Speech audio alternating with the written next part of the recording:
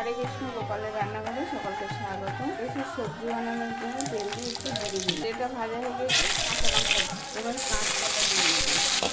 কাঁচকলাটি ভাজা হয়ে গেছে, ক্যাপসিকাম দিলাম। এবার কাঁঠাল দিয়ে দিলাম, আলু কুমড়ো দিয়ে দিলাম, স্বাদ অনুযায়ী লবণ দিলাম। যেটা ভাজা হয়ে গেছে একটু জল দিলাম।